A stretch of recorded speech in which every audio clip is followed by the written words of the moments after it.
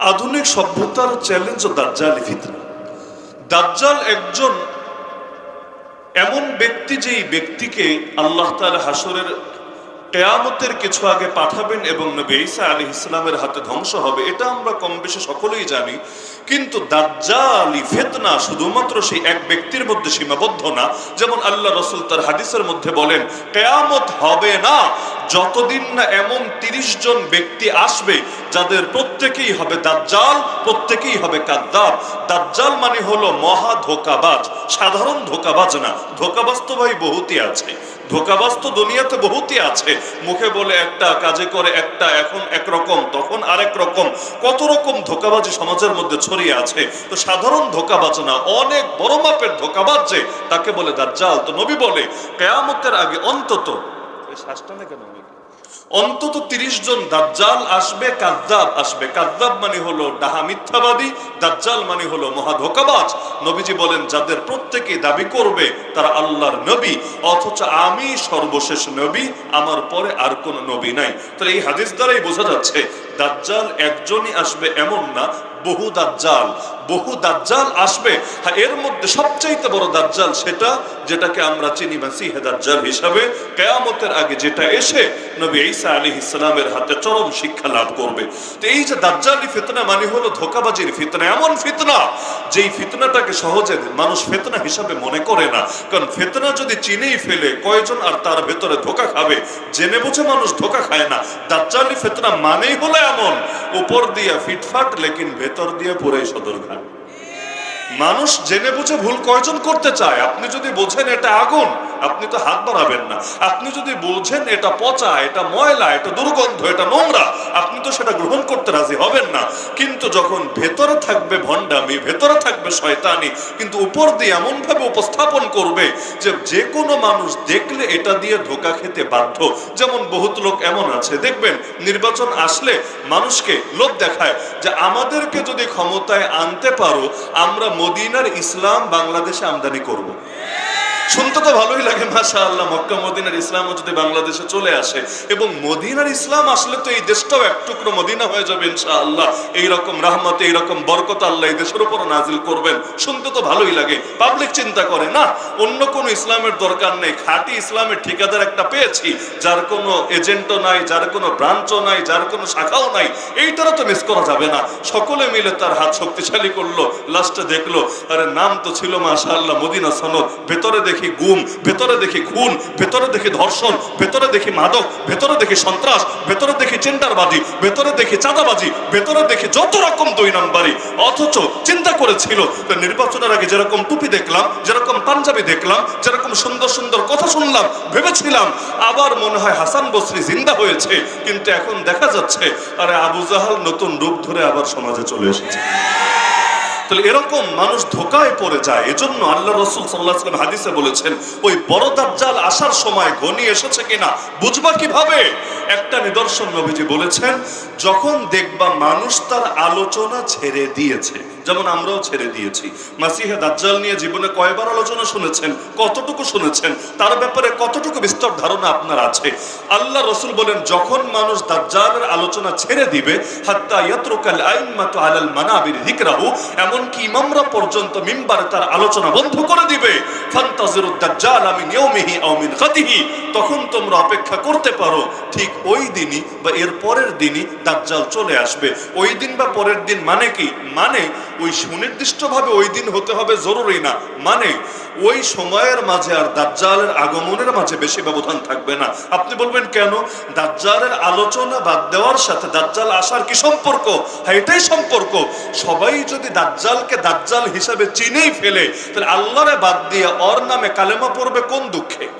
যদি আপনি চিনেই ফেলেন এটা দাজ্জাল, এটা আপনার রবের সবচাইতে বড় দুশমন, আপনি যদি বুঝেই ফেলেন, আপনি কেন তার উপর ঈমান আনবেন? কেন তাকে খোদা মানবেন? কেন তার নামে কালেমা পড়বেন? প্রশ্নই তো আসে না। কিন্তু দাজ্জাল আসবে এমন ভাবে অধিকাংশ মানুষ তাকে চিনতে ভুল করবে। তারা ভাববে রব্বুল আলামিনই মনে হয় আরশ থেকে জমিনের মধ্যে নেমে এসেছে। নাউযুবিল্লাহি মিন যালিক।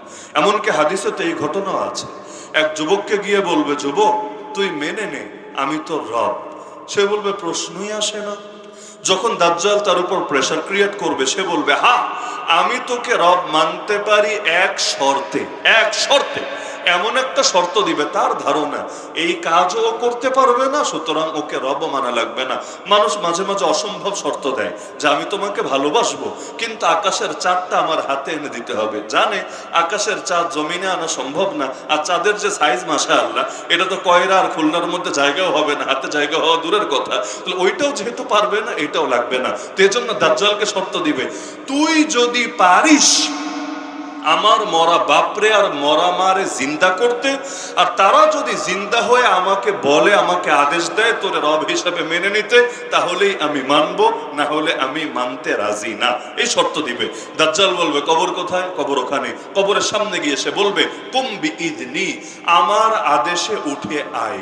ঈসা আলাইহিস সালাম যেমন মরা মানুষের সামনে গিয়ে বলতেন কুম বিইদনিল্লাহ, আল্লাহর আদেশে উঠে যাও, দাজ্জাল গিয়ে কবরের সামনে বলবে কুম বিইদনি, আমার আদেশে উঠে আসো। বলতে দেরি, কবর থেকে সে দেখবে তার বাপ তার মা বের হতে দেরি না। আসলে সেটা তার বাপও না, সেটা তার মাও না, মূলত সেটা হলো দুইটা শয়তান, যেগুলো তার বাপ আর মায়ের চেহারা ধারণ করেছে। শয়তান কখনো চেহারা ধারণ করতে পারে, এটা আল্লাহ তাআলা এই শক্তি তাকে দিয়েছে। তো শয়তান তার ওই বাপ আর মায়ের চেহারা ধারণ করে সামনে এসে বলবে কি রে, এখনো তোর অবিশ্বাস আছে যে এই লোকটাই তোর রব? তুই জলদি তার নামে কালেমা পড়, তার উপর ঈমান নিয়ে আয়। তখন আর সে নিজের ঈমান ঠিক রাখতে পারবে না, সে কালেমা পড়ে বসবে। তাহলে এই যে ফিতনা, দাজ্জালি ফিতনা মানেই হলো এমন ফিতনা যেটা অধিকাংশ মানুষ বুঝতেই সক্ষম হবে না, না হলে জেনে বুঝে কে নিজের ক্ষতি করে। জেনে বুঝে কেউ ক্ষতি করতে চায় না, ক্ষতি তখনই করে যখন অধিকাংশ মানুষ সেই ব্যাপারে ধোকার ভেতরে থাকে। এই যে বাংলাদেশ থেকে যারা ইউরোপে যাওয়ার জন্য প্রতি বছর মৃত্যুর কোলে ঢলে পড়ে, নিয়মিতই তো সংবাদ আসে ইতালি থেকে, অমুক দেশ থেকে, তমুক দেশ থেকে। ওই যে বিভিন্ন সময়ে খোঁজ পাবেন যে ধরেন লিবিয়া থেকে যাত্রা শুরু করেছে, সে তার ইতালি পৌঁছতে পারে নাই, তার আগে সাগরের বুকেই হারিয়ে গিয়েছে। এই মানুষগুলো যদি জানতো, তাদের ফ্যামিলিরা যদি জানতো এভাবে সাগরেই তাদেরকে মরতে হবে, কিডন্যাপারদের হাতে পড়তে হবে, এভাবে দুঃখে দুঃখেই তার জীবনটা, তার ফ্যামিলির লাইফটা বরবাদ হবে, তাহলে কোশ্চিন কালেও কি লক্ষ লক্ষ টাকা খরচ করে জায়গা জমি বিক্রি করে তারা বিদেশ পাঠাতো? বলতো প্রয়োজনে তুই দেশে ভিক্ষা কইরা খাবি, তারপরও তোরে বিদেশ পাঠাবো না। কিন্তু সে তো জানে না তার জন্য কি অপেক্ষা করছে। দাজ্জালি ফিতনা মানেই হলো ধোঁকাবাজির ফিতনা, ধোঁকাবাজির ফিতনা। এজন্য আল্লাহ রাসূল সাল্লাল্লাহু আলাইহি ওয়াসাল্লাম বলে দিয়েছেন বাদিরু বিল আমালি ফিতানান কা কিতাইল লাইলিল মুসলিম, অন্ধকার রাতের মতো ফিতনা আসার আগে জলদি আমল যা করার করে নাও। ইউসবিহুর রাজুলু ফিহা মুমিনা ওয়া ইউমসি কাফিরা ওয়া ইউমসি মুমিনা ওয়া ইউসবিহু কাফিরা। আরে ফিতনার জামানা এমন হবে, মানুষ সকালে মুমিন, বিকালে কাফের, বিকালে মুমিন, সকালে কাফের।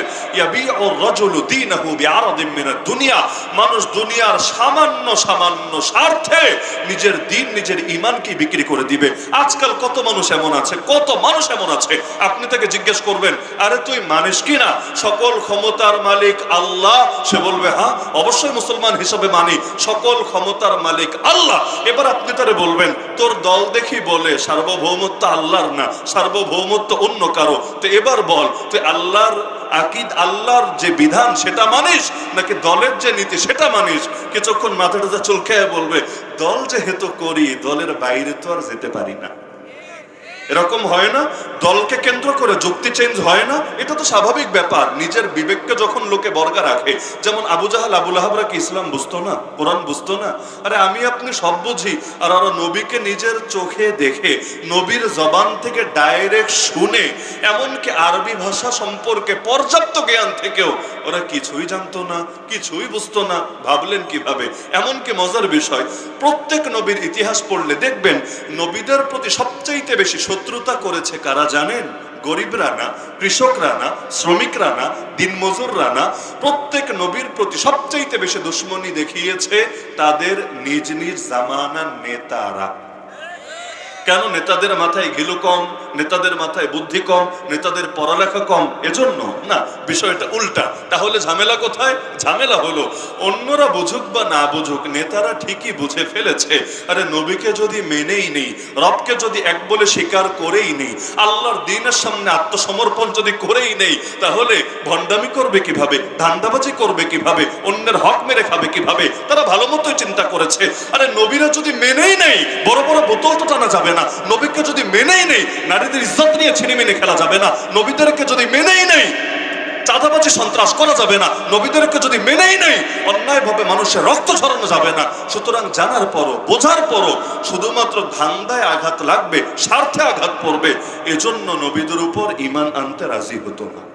তো ওই যে নবী বলেছেন সামান্য সামান্য স্বার্থে ঈমান আর দিন বিক্রি করবে। আজকে দেখেন কত মানুষ একটা চাকরির জন্য নিজের দিন বিক্রি করে দিচ্ছে, কত মানুষ একটা প্রমোশনের জন্য নিজের দিন বিক্রি করে দিচ্ছে, কত মানুষ দুনিয়ার সামান্য স্বার্থের জন্য নিজের দিনকে বিক্রি করে দিচ্ছে, এমনকি কত মানুষ একটা ভোটের জন্য নিজের দিনকে বিক্রি করে দিচ্ছে।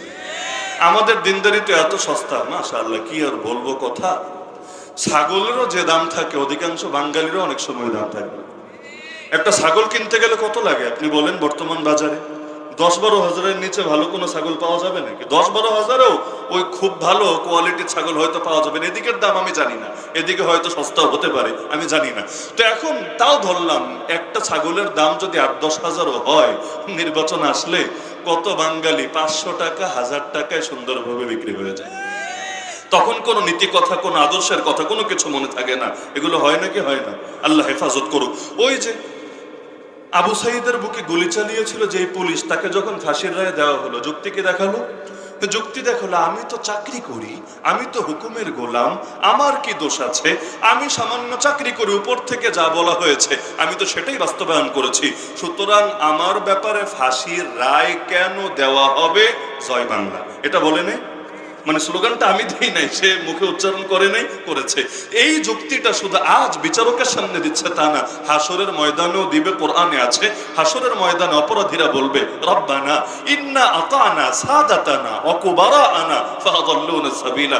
রব, আমাদের জাহান্নামে কেন দিচ্ছেন? আমাদের দোষটা কি?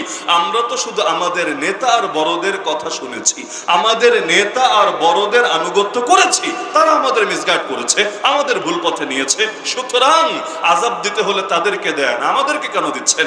আল্লাহ জানিয়ে দিবেন, না, ওরা আদেশদাতা হিসাবে পাপী আর তোরা বাস্তবায়নকারী হিসাবে পাপী। আদেশদাতারও আযাব হবে, বাস্তবায়নকারীরও আযাব হবে। যখন দেখবে উপায় নাই, আল্লাহকে বলবে, আল্লাহ ঠিক আছে, তাহলে একটা কাজ করেন, জাহান্নামে ফেলবেন তো ফেলবেন, এর আগে ওই পাপিষ্ঠগুলোকে আমাদের চোখের সামনে হাজির করেন। আরিনাল্লাযীনা আযাল্লানা মিনাল জিন্নি ওয়াল ইনস, আনলে কি হবে?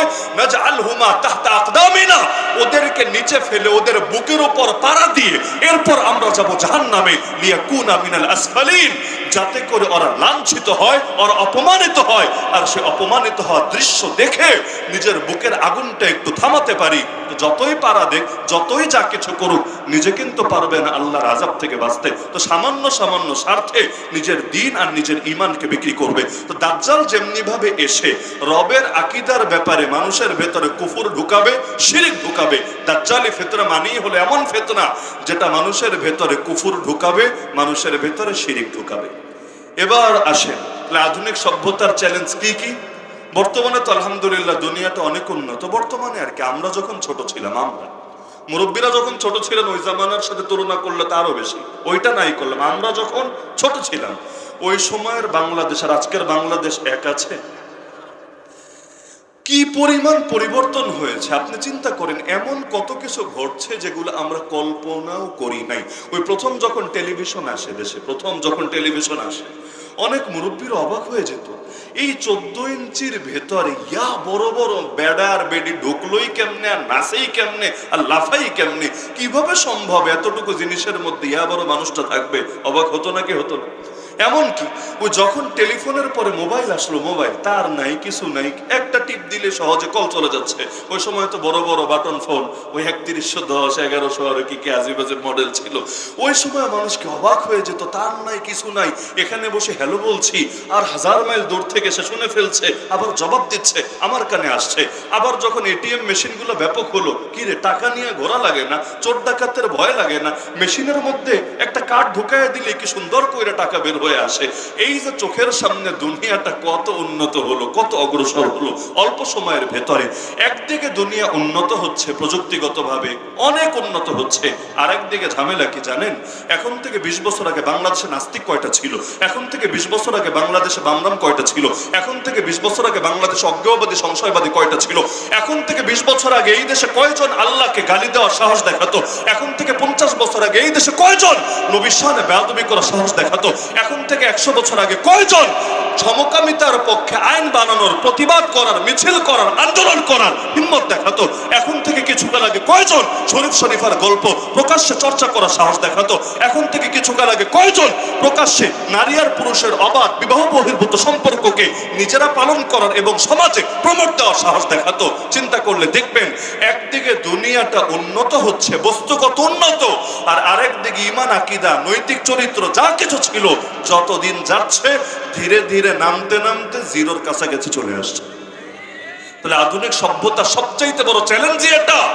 একদিকে বৈষয়িক উন্নতি হচ্ছে, দুনিয়ার আসবাবের উন্নতি হচ্ছে, আর উন্নতি যদ্দূর হয়েছে এর চাইতে আরো বেশি হয়তো হবে। লেকিন সবচাইতে বড় চ্যালেঞ্জ হলো এখানে উন্নতি তো হচ্ছে, কিন্তু এর সঙ্গে সঙ্গে এত কুফুর, এত শিরিক, এত জাহেলিয়াত ছড়াচ্ছে। একটা ফিতনা দমানোর আগে 10টা ফিতনা মাথাচাড়া দিচ্ছে। বিগত কয়েক বছরের বাংলাদেশ খেয়াল করেন, আলেমরা আন্দোলন করেও কুল পাচ্ছেন। কেন জানেন? কয়টা নিয়ে আন্দোলন করবে বলেন? কয়টা? একটা ইস্যু নিয়ে নামলে ওই ইস্যুর সমাধান করার আগে 2টা ইস্যু এসে হাজির। ওই 2টা নিয়ে কথা বলা শুরু করলো, ওইটার সমাধান আসার আগে আরো 5টা ইস্যু এসে হাজির হয়। এত বেশি ফিতনা ছড়াচ্ছে, এগুলো এখন কেমন যেন গাছাও হয়ে গেছে। আমার এখনো মনে পড়ে যখন আমেরিকার আগ্রাসন হলো আফগানিস্তানে, এরপর ইরাকে। আপনাদের এদিকে কি হয়েছে জানি না, আমরা তখন ছোট। বাবার হাত ধরে আমরা তখন মিছিলে গিয়েছি সেই বুশের, জর্জ ডব্লিউ বুশ তৎকালীন প্রেসিডেন্ট, তার কুশপুত্তলিকা দাহ করেছি। এবং ওই সময় কি কঠোর কঠোর স্লোগান দেওয়া হতো যে আমরা সবাই রাসূল সেনা, ভয় করি না, বুলেট বোমা, এই ধরনের কত কত স্লোগান ওই সময় আমাদের কর্ণকুহরে ধ্বনিত হয়ে মস্তিষ্কের ভেতর বসে গিয়েছিল। অথচ ওই সময় একটা মুসলিম দেশে আক্রমণ হলে যেরকম প্রতিক্রিয়া হতো, খেয়াল করলে দেখবেন এখন আর 1000 ভাগের 1 ভাগের প্রতিক্রিয়া হয় না।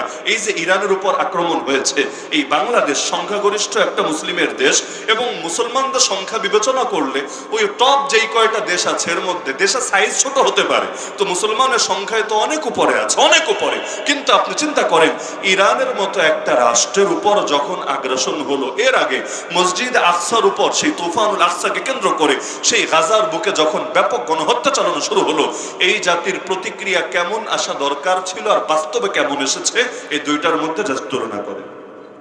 এমনকি আমাদের সরকার একটা বিবৃতি দিয়েছে, এই সরকার বিবৃতি দিয়েছে, এমন একটা বিবৃতি যেই বিবৃতি দেখা আমেরিকার দিলে যাতে কষ্ট না লাগে, আবার ইরানও যাতে বেশি গালিটালি দিতে না পারে, এই টাইপের একটা বিবৃতি দেয় নাই, দেয় না? এই টাইপের একটা বিবৃতি, দায় সারা বিবৃতি। অথচ ওদিকে ইরান বারবার উদারতা দেখাচ্ছে, আপনাদের তেল যেতে দিব, আপনাদের জাহাজ যেতে দিব, এই দিব সেই দিব, আর এদিকে খালি একটা বিবৃতি। বিবৃতি সাধারণ বিবৃতি, এমন না যে বাহিনী পাঠাবে, এমন না অস্ত্র পাঠাবে, এমন না পয়সা পাঠাবে, কিছু না, এমন না কিছু ক্ষেপণাস্ত্র দিবে, আর থাকলে না দিবে, নিজে থাকলে না আরেকজনকে দিবে, তো এগুলো কিচ্ছু না, জাস্ট একটা বিবৃতি দিবে।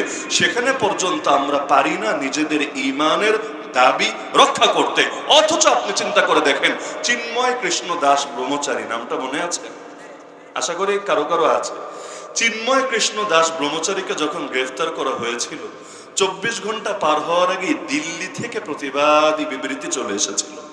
আর আমাদের 3000-এর বেশি আলেম এবং তালেবুল ইলমকে 2021-এ যখন গ্রেফতার করা হলো, এরপর আমি 1 বছর জেল খাটলাম, কেউ কেউ তো 2 বছর 3 বছর, এর চাইতেও বেশি জেল খেটেছেন। তখন কে কে এটার জন্য বিবৃতি দেওয়ার প্রয়োজন মনে করেছিল? এমনকি আমাদের নামটা মুখে আনার তো কেউ তো অনেকে অপরাধ হিসাবে ভাবতে শুরু করেছিল, নামও আনতো না, নামও না। এই পর্যায়ে একটা পার্থক্য এখানে করা হয়েছিল। তাহলে আপনি দেখেন, দুনিয়ায় যেটা করা দরকার ছিল আমাদের, এটা করে ওরা, যেটা করা দরকার ছিল ওদের, ওইটা করি আমরা। কত চরিত্র এমন যেটা ছিল মুসলমানদের শান, কিন্তু এগুলো এখন পশ্চিমাদের ভেতর পাওয়া যায়, মুসলমানদের ভেতরে পাওয়া যায় না। আর কত শয়তানি নোংরামি যেগুলো ওদের ভেতর থাকা দরকার ছিল, এগুলো মুসলিম সমাজ এমন ভাবে ছড়াচ্ছে, হুজুররা ওয়াজ করে করেও এগুলোকে ঠেকাতে পারছে। তাহলে আধুনিক সভ্যতা সবচাইতে বড় চ্যালেঞ্জ এখানে, যেটা শুধুমাত্র বৈষয়িক উন্নতি এনে দিচ্ছে না। চিন্তা করেন, টেলিভিশন ঘরে ঘরে আছে না এখন? এমনকি যেই যেই ঘরে টেলিভিশন নাই, মোবাইল তো সবার ঘরেই আছে, সবার পকেটেই আছে মোবাইল। তো ভাই টেলিভিশনের আব্বা। টেলিভিশন তো তাও দেখতে হয়তো একটু চোখে বাঁধে, কারো ঘরে গিয়া দেখলেও হায় রে টিভি আছে ঘরে, একটু চোখে বাঁধে। তো টেলিভিশনে আর কদ্দুর কাঁচা জিনিস দেখা যায়, এর চাইতে আরো নোংরা আরো বিশ্রী জিনিস তো মোবাইলের মধ্যে মানুষ নিয়মিত দেখে থাকে। তাহলে এই যে টেলিভিশন ব্যাপক হলো, স্যাটেলাইট চ্যানেল ব্যাপক হলো, মোবাইল ব্যাপক হলো, ইন্টারনেট ব্যাপক হলো, এটা হলো উন্নতি। কিন্তু ক্ষতিটা কি চিন্তা করেন, যত এগুলো ব্যাপক হয়েছে মানুষের ঈমান আর আখলাক আগের চাইতে অনেক ভালো হয়েছে আলহামদুলিল্লাহ, তাই না? কি ধারণা, অনেক ভালো হয়েছে না? আল্লাহ মাফ করুক, আল্লাহ মাফ করুক। আমার ভয় লাগে, কথাটা কে কিভাবে নেবেন জানি না। হাসরের ময়দান আল্লাহ যদি শুধু মোবাইলের জন্যই প্রশ্ন করে বসে যে বান্দা তোর জীবনে আর কোনো হিসাব লাগবে না, তুই শুধু তোর মোবাইলটা কিভাবে ব্যবহার করেছিস এই হিসাবটা আমারে ঠিকভাবে দিবি। যদি তোর হিসাব ভালো হয় তোরে জান্নাত দিব, আর হিসাব খারাপ হলে জাহান্নাম দিব। খালি যদি এতটুকু প্রশ্নই করেন আর কিছু না, আমার ভয় হয় অধিকাংশ মানুষের জান্নাতে হয়তো আর যাওয়াই হবে না।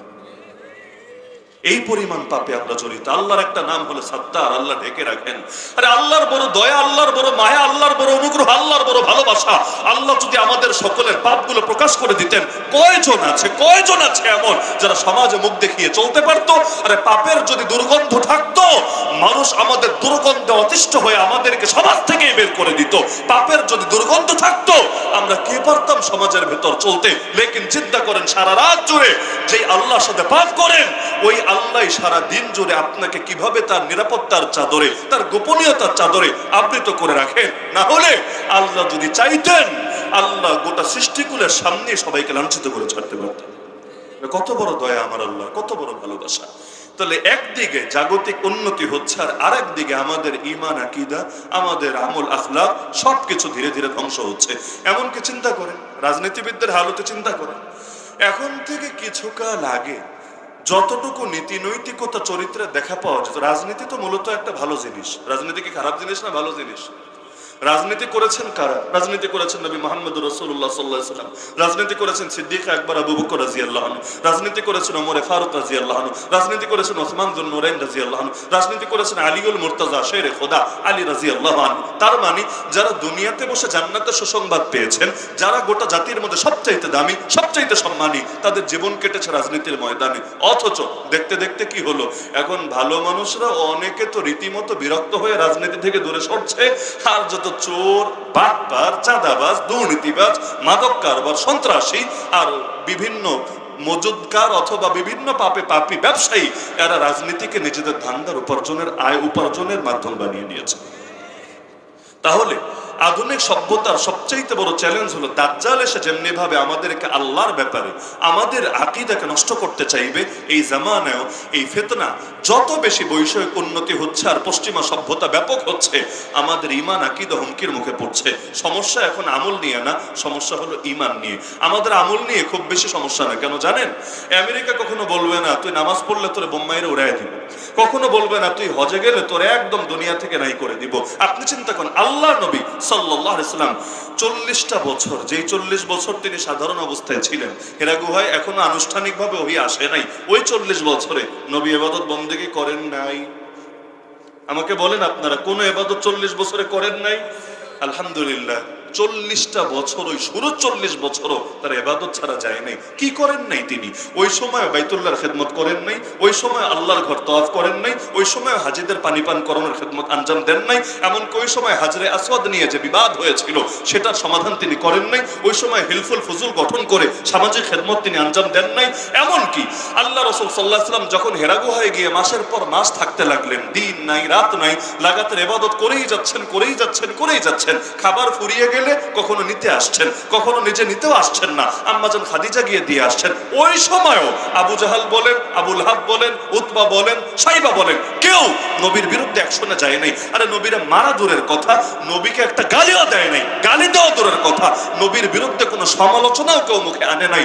অথচ তিনি সালাত আঁকড়ে থেকেছেন, তিনি ইবাদত আঁকড়ে থেকেছেন, তিনি রবের কত ধরনের আনুগত্য করে যাচ্ছেন। কই হেরা গুহায় কেউ অ্যাটাক চালালো না, তা কাবার সামনে নবীর গা থেকে কেউ রক্ত ঝরালো না। তাহলে কি হলো 40 বছর পর আপনও পর হয়ে গেল, সকলে তার বিরুদ্ধে দুশ্মনী করতে লাগলো।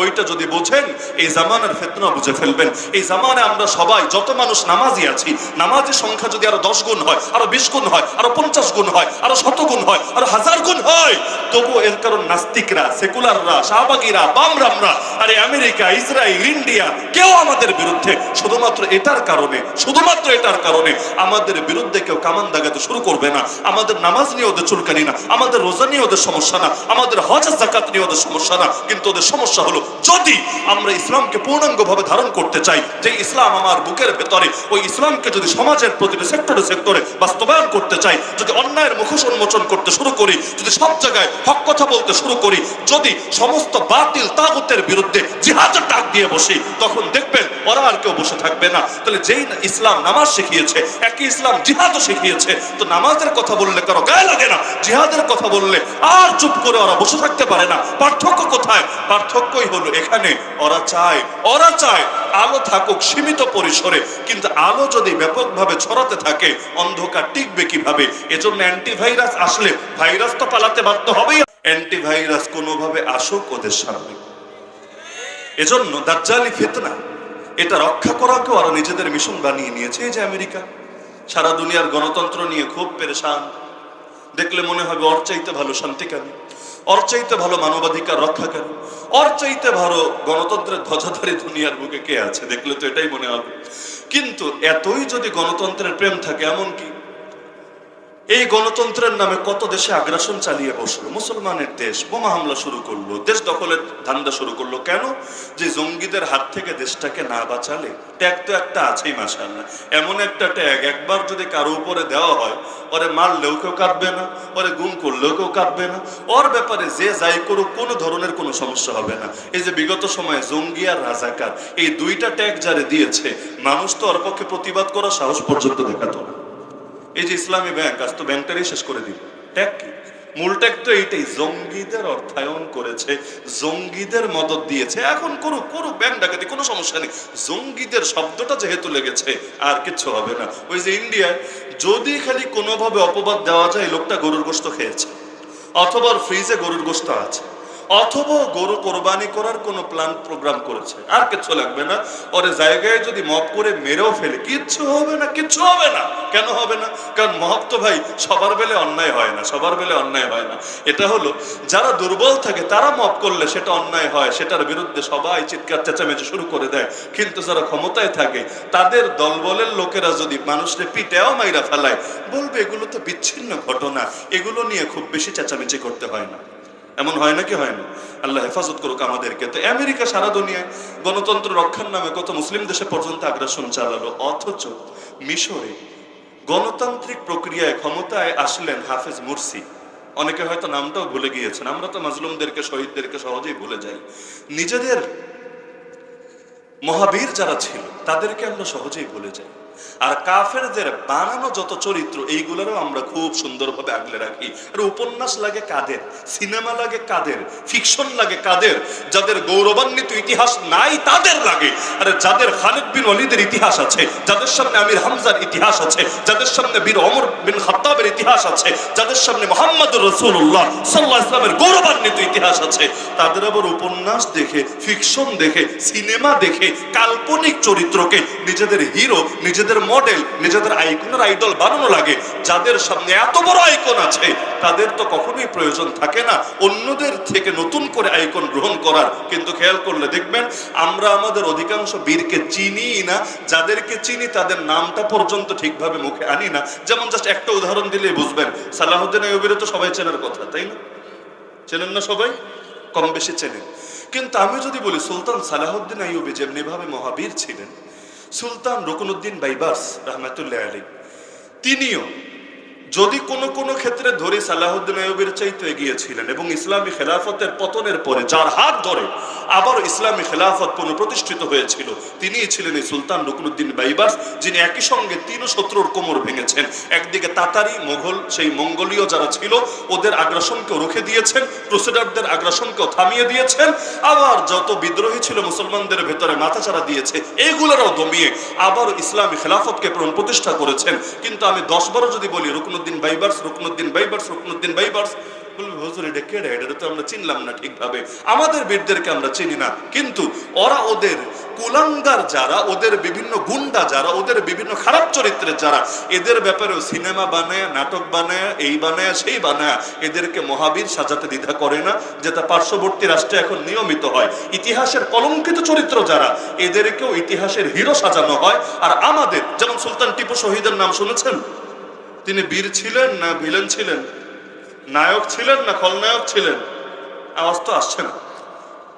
টিপু শহীদের নাম শোনেন নাই? টিপু শহীদ রহমতুল্লাহ আলাইহি তিনি খলনায়ক ছিলেন না প্রকৃত নায়ক ছিলেন? কিন্তু এখন তো ইন্ডিয়ার ভেতরে নিয়মিত ফিল্ম টিলিম বানিয়ে বিভিন্ন মাধ্যমে প্রচার করা হয় তিনি রক্তক্ষেকো ছিলেন, তিনি পিশাচ ছিলেন, তিনি হিংস্র ছিলেন, তিনি বর্বর ছিলেন, তিনি উগ্র ছিলেন। কিন্তু আসলেই যে তিনি মহাবীর ছিলেন এইটা নিয়ে আমাদের আলোচনাও তো হয় না। আমরা আমাদের আদর্শকে তো ছড়ানোর চেষ্টা করি না। ঝামেলাই ভাই এখানে, ঝামেলাই এখানে। নিজের বুকের ভেতর আদর্শ চেপে রাখলে কেউ আপনার কিচ্ছু বলবে না। এই যুগে তাসবিহ একটা নিয়ে মসজিদের কোনায় গিয়ে বৈশা যান, খানকা একটা খুইলা সেখানে গিয়ে জিকির আজকার শুরু করে দেন, দেখি আপনার কে জেলে ভরে, দেখি আপনার কে মামলা দেয়, দেখি আপনার কে দুশ্মন তৈরি হয়, কেউ আপনার নিয়ে কিছু বলবে না। আমার নবী যদি শুধু হেরা গুহায় পড়ে থাকতেন, যদি বদরে না যেতেন, উহুদে না যেতেন, খন্দকে না যেতেন, আমার নবীর দাঁত শহীদ হতো না, আমার নবীর আঙ্গুল কেটে রক্ত ঝরতো না, আমার নবীর পেটে পাথর বাঁধা লাগতো না, আমার নবীকে জেল খাটা লাগতো না, আমার নবীকে খাবারে বিষ মেশানো হতো না, আমার নবীকে গুপ্ত হত্যার চেষ্টা করতো না, আমার নবীকে তার দেশ থেকে বিতাড়িত হতে বাধ্য করতো না, কোনো বাধা আসতো না। যদি আদর্শ নিজের বুকের ভেতর চেপে রাখার চেষ্টা করতেন। আমরা ধান্দাবাজ হয়ে গেছি এখানে এসে, আমরা নিজেরা আদর্শ বুঝি, সর্বোচ্চ মানার চেষ্টা করি, লেকিন যে আদর্শ বুকের ভেতর পোষণ করি সেই আদর্শে এই সমাজকে রঙিন করার চেষ্টা করি না। অথচ যতদিন পর্যন্ত আদর্শ খালি ভেতরে থাকবে, বাইরে প্রতিষ্ঠিত না হবে, পূর্ণাঙ্গ ইসলামের উপর আমল করা কোন বাপের বেটার পক্ষে সম্ভব। কিসের প্র্যাকটিসিং মুসলিম আপনি বলেন? প্র্যাকটিসিং মুসলিম মানে ইসলাম প্র্যাকটিস কইরা চলেন, ইসলাম খুব মানেন, এই যে পরিচয়গুলো গর্বের সাথে দেন, কয় পার্সেন্ট ইসলাম মানতে পারবেন বাংলাদেশে বৈশা বলেন আমারে? মসজিদে আসলে খুব ইসলাম মানলেন, হ্যাঁ আলহামদুলিল্লাহ। মাদ্রাসায় আসলে, মাহফিলে আসলে, খানকায় আসলে খুব ইসলাম মানলেন, আলহামদুলিল্লাহ। কোর্টে গিয়ে ইসলাম কিভাবে মানবেন আমারে বুঝায় দেন। কোর্ট কাছারিতে ইসলামের বিধান নাই। আল্লাহ তাআলা কোর্ট কাছারিতে ইসলামের কোনো বিধান দেন নাই। কোরআনে কোন আয়াতে আল্লাহ বলেন নাই কোর্ট কিভাবে চলতে হবে, আইন কিভাবে হতে হবে, আল্লাহ বলেন নাই নাকি? যদি আল্লাহ বলে থাকেন এই আয়াতগুলো মানার জন্যই তো বলেছেন, না ফেলে রাখার জন্য বলেছেন? যদি মানার জন্য বলেন, আরে যদি কোরআনে আইন না থাকে, যদি কোরআনে বিচার না থাকে, যদি কোরআনই সিস্টেম সেখানে চালু না থাকে, আমি যত বড় হুজুর হই, যত বড় পীর হই, যত বড় দরবেশ হই, আমি মসজিদে আসলে বলতে পারবো লা ইলাহা ইল্লাল্লাহ, এক আল্লাহ ছাড়া কারো গোলামি করব না। কোর্টে দাঁড়ায় আমি কিভাবে বিচারকের সামনে বলবো লা ইলাহা ইল্লাল্লাহ? আরে বিচারক শোনো, এক আল্লাহ ছাড়া আর কারো আনুগত্য করি না, এক আল্লাহ ছাড়া আর কারো বিচার মানি না, সুতরাং কোরআন দিয়ে বিচার করে দিবা। এটা যদি আমার কল্লা কাটা যায় তাও মানি, এটা যদি আমার খালাস হয় তাও মানি, তো কোরআনের বাইরে আমি কোনো বিচার মানতে রাজি না। বলতে পারবেন এটা কোর্টে দাঁড়িয়ে? খালি যদি বলেন, ভুলে যদি বলেও ফেলেন, মামলা তো আগে যা ছিল তো আছেই মাশাআল্লাহ, নতুন করে আদালত অবমাননার মামলা আর কপাল ভালো থাকলে জঙ্গিবাদের মামলা নিয়ে বাকি জীবন কাশিমপুরে ডাইলভাত খেয়ে কাটাতে হবে। অথচ আপনি কোনো অপরাধ করেন নাই, আল্লাহর গোলামি করতে চেয়েছেন, আর কিছু না। গোলামি চেয়েছেন আর কি? মানুষ তো স্বাধীনতার জন্য আন্দোলন করে, আপনি গোলামি চেয়েছেন। আল্লাহর গোলাম হয়ে বাঁচতে চাই, আল্লাহর গোলাম হয়ে মরতে চাই, জীবনের সব ক্ষেত্রে তার গোলামিকে আঁকড়ে ধরে রাখতে চাই। 12 ভাতারি হয়ে কি লাভ? এখানে আসলে আল্লাহর গোলামি, আর ওইখানে আসলে তমুকের গোলামি, ওই জায়গায় গেলে আবার আরেকজনের গোলামি। এই সব ধান্দাবাজি করে কি লাভ? গোলামি করব যদি করি কয়জনের? এই কপাল যদি নত হয় কার সামনে হবে? এই হাত যদি ভিক্ষার হাত উত্তোলন করি কার সামনে করব? অথচ আপনি দেখেন আমাদের চেতনাগুলোকে নষ্ট করার জন্য শব্দগুলোরে পর্যন্ত কিভাবে নষ্ট করেছে। এই সভ্যতা চ্যালেঞ্জের মধ্যে এগুলো আসবে। যখন সুপ্রিম কোর্ট থেকেও কারো ফাঁসির রায় বহাল থাকে, তখন তার একটা অপশন আছে, সেটাকে জানেন? রাষ্ট্রপতির কাছে প্রাণ ভিক্ষা চাওয়া। কি সুন্দর শব্দ, তাই না? রাষ্ট্রপতি মানে এখন যেমন চুপ্পু সাহেব আছেন রাষ্ট্রপতি, এখন কাউরে মনে করেন সুপ্রিম কোর্ট থেকে ফাঁসির রায় বহাল রেখেছে, তাকে এখন চুপ্পুর কাছে প্রাণ ভিক্ষা চাইতে হবে। আর মাননীয় চুপ্পু মহোদয় যদি তার মনে চায়, মনে তো বোঝেনি কার ব্যাপারে চায় আর কার ব্যাপারে চায় না, কোন দলের হলে চায় আর কোন দলের হলে চায় না, তার যদি মনে চায় তিনি প্রাণ ভিক্ষা দিতে পারেন। এই শব্দগুলো নিয়মিত মিডিয়ায় উচ্চারিত হয় না, অথচ আপনি দেখেন প্রাণ ভিক্ষা দেওয়া এই শব্দটা যদি মাইনে নেন, নমরুদের সমস্যা কি? নমরুদের অপরাধ কি আমারে বোঝান? নমরুদ তো এটাই বলেছিল, অন্য কিছু না। নমরুদ তো এটাই বলেছিল ইব্রাহিম নবীর সামনে দাঁড়িয়ে, আনে ওহাই ও উমিদ, আমি জীবন দেই আমি মরণ দেই। আপনি বলছেন নমরুদ কাফের, কেন? ও জীবন দেওয়ার দাবি করলো কিভাবে? জীবন তো আল্লাহ দেয়, প্রাণ তো আল্লাহ দেয়। ও মরণ দেওয়ার দাবি করলো কিভাবে? মরণ তো আল্লাহ দেয়। আরে নমরুদ কাফের যে যুক্তিতে, আপনার দেশে আপনার সভ্যতায় আপনার সিস্টেমে ওই শব্দ চর্চা করার পরেও এরা ইমানদার থাকে কিভাবে? কোর্টে দাঁড়িয়ে, হাইকোর্টে, সুপ্রিম কোর্টে তো আর বাংলায় শুনানি চলে না, সেখানে সবকিছু ইংলিশ। জীবন দিলেন বাংলার জন্য, আর এখন সেখানে এখনো পর্যন্ত ইংলিশ আছে। আগে নিম্ন আদালতও ছিল, এখন ওইখানে কিছু হালকা পাতলা বাংলা ঢুকেছে। তো এখন উচ্চ আদালতে শুনানি করার সময় বলতে হয় my lord, my lord. Lord মানে তো প্রভু, রব, আরবিতে বললে রব, তার মানে রব্বি, রব্বি, রব্বি, হে আমার রব, হে আমার রব, শব্দই এটা, সিস্টেমই এটা, মাই লর্ড বলে তাকে সম্বোধন করতে হবে। অথচ কবরে রাখার পরে প্রথম প্রশ্নই এটা, মান রব্বুকা, কে তোর লর্ড, কে তোর প্রভু, কে তোর প্রতিপালক, কে তোর রব, প্রথম প্রশ্নই এটা। তখন বলবেন আমার রব হলো বিচারক, আমার রব হলো বিচারপতি, আমার রব হলো চিফ জাস্টিস। এই কথা বললে ফেরেশতাদের মাইট তো দুই একটা মাটিতে পড়বে মনে হয়, মাইট তো একটা মাটিতে পড়বে না, যদি দুই একটা পইরাও যায় ওইটা আবার উঠে নতুন করে দিয়ে দিবে, একটাও মিস ঘটাবে না। তাহলে চিন্তা করেন শিরিকগুলো কিভাবে রন্ধে রন্ধে ছড়ানো হয়েছে। সংবিধানে এখনো লেখা আছে সকল ক্ষমতার উৎস, মাশাআল্লাহ সবাই জানেন দেখি, সকল ক্ষমতার উৎস জনগণ। আর এই শিরকি সংবিধান, ওই মুজিববাদী শব্দ বাদই দেন, এই শিরকি সংবিধান যাদের কাছে বেশি মহব্বতের জিনিস হয়ে যায়, ওরা আবার নিজেদেরকে মুসলিম পরিচয় দেয় কিভাবে? ওরা আবার নিজেদেরকে মদিনার ইসলামের ধ্বজাধারী দাবি করে কিভাবে? মদিনার ইসলামকে শিখিয়েছে সকল ক্ষমতার উৎস আল্লাহকে বাদ দিয়ে অন্য কাউকে মানতে। বলবেন অন্য কাউরে মানলেই কি আর আল্লাহরে মানলেই কি? সেজদা তো আল্লাহরেই দেই, সেজদা তো অন্য কাউরে দেই না। আরে ভাই, খালি একটা কাম করলেই যদি ইমান ঠিক হতো, আবু জাহাল আবু লাহাবরাও আল্লাহরে অস্বীকার করতো না। আবু জাহাল আবু লাহাবরা নাস্তিক ছিল না, ভালো করে বুঝেন, আবু জাহাল আবু লাহাবরা নাস্তিক ছিল না। তাহলে কি ছিল? মুশরিক। বলবেন নাস্তিক কি আর মুশরিক কি? নাস্তিক হলো আল্লাহ মানেই না, মুশরিক হলো আল্লাহকে মানে, আল্লাহ আছেন স্বীকার করে। তাহলে ঝামেলা কোথায়? ঝামেলা হলো আল্লাহ কোরআনে শিখিয়েছেন। হে নবী, যদি ওদেরকে জিজ্ঞেস করেন আসমান কে বানিয়েছে, ওরা বলবে আল্লাহ। জমিন কে বানিয়েছে, ওরা বলবে আল্লাহ। চাঁদ সূর্য কে চালায়, ওরা বলবে আল্লাহ। তাহলে ঝামেলা কোথায়? ঝামেলা হলো এখানে, ওরা মনে করে আল্লাহ তো সব রাজারও মহারাজা, আল্লাহর কি এত সময় আছে, এত অবসর আছে, এত সুযোগ আছে এই বিশাল জগৎ নিয়ে তিনি শুধু পড়ে থাকবে? তো দুনিয়াতে যেভাবে মন্ত্রণালয় ভাগ করে দেয়, আপনি স্বরাষ্ট্রমন্ত্রী, আপনি পররাষ্ট্রমন্ত্রী, আপনি কৃষিমন্ত্রী, আপনি খাদ্যমন্ত্রী, আপনি এই বিষয়ক, আপনি ওই বিষয়ক মন্ত্রী, এভাবে আল্লাহ তার দায়িত্ব ভাগ করে দিয়েছেন। আল্লাহ এই দেবতারে বানিয়েছে, সে হলো সূর্যের দেবতা, এই দেবতা হলো সন্তান দেওয়ার দেবতা, ওই দেবতা হলো জীবিকা দেওয়ার দেবতা, এভাবে দায়িত্ব ভাগ করে দিয়েছেন। এখন বাচ্চা লাগলে ওই দেবতারে পূজা দাও, সন্তান লাগলে ওই দেবতারে পূজা দাও, চাকরি লাগলে ওই দেবতারে পূজা দাও, কিন্তু উদ্দেশ্য আল্লাহরে অস্বীকার করা না। তাহলে উদ্দেশ্য কি? ওই অন্য মন্ত্রীকে মহব্বত করা মানে প্রধানমন্ত্রীকে ঘৃণা করা না, বরং এটাই চেইন, এটাই সিস্টেম। ওরা বলতো মা নাবুদুহুম ইল্লা লিয়ুকাররিবুনা ইলাল্লাহি যুলফা, আমরা এগুলোর পূজা করি যাতে করে এরা আমাদেরকে আল্লাহ পর্যন্ত পৌঁছায়, আল্লাহ পর্যন্ত পৌঁছায়। দুনিয়াতে বড় নেতার কাছে যেতে লিংক ধরা লাগে না, নাকি ডাইরেক্ট রিচ করা যায়? সম্ভবিত না ভাই, পাতি নেতা ধৈরা বড় নেতা পর্যন্ত যেতে হয়। এজন্য প্রত্যেকেই পাতি নেতার পেছনে দৌড়ায়, কেউ গাড়ির পেছনে দৌড়ায়, কেউ বাড়ির পেছনে দৌড়ায়। এখন কেন? কারণ সিস্টেমই এটা, ডাইরেক্ট আপনি যেতে পারবেন না, ওই দালালি কইরে কইরে আপনারা ধীরে ধীরে আসতে হবে। হ্যাঁ, এক পর্যায়ে হয়তো আপনি যাবেন। ওরা ভাবতো আল্লাহ পর্যন্ত ডাইরেক্ট যাওয়া সম্ভব না, এভাবে লিঙ্ক ধরে ধরে আল্লাহ পর্যন্ত পৌঁছতে হবে। এতটুকুর কারণেই ইসলাম ওদেরকে মুশরিক বলে আখ্যায়িত করেছে। অথচ এইরকম আকীদার লোক এখন বাংলাদেশেও তৈরি হয়ে গেছে, দুই কেন্দ্রিক তৈরি হয়েছে। এক হলো বিভিন্ন মাজার কেন্দ্রিক। কিভাবে?